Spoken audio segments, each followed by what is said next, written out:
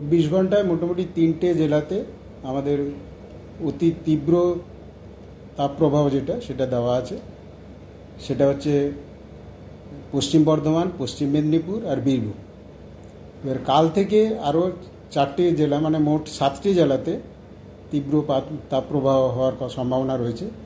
তার মধ্যে এই 3টে জেলা তো রয়েছে, সাথে বাঁকুড়া, ঝাড়গ্রাম আর ইস্ট বর্ধমান, এই 3টি জেলা আরও অ্যাড করা হবে, মানে হওয়ার সম্ভাবনা রয়েছে মোট 7টা জেলাতে। আর বাকি যে জেলাগুলো রয়েছে আমাদের গাঙ্গেয় পশ্চিমবাংলায়, সেগুলো তাপপ্রবাহ সতর্কতা আমরা জারি করেছি।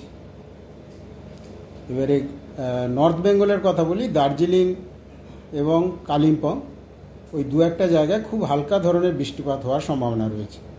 বাকি যে জেলাগুলো 3টে, জলপাইগুড়ি, আলিপুরদুয়ার, কুচবিহার, ওগুলোতে হট অ্যান্ড হিউমিড, মানে তাপ প্রবাহ হবে।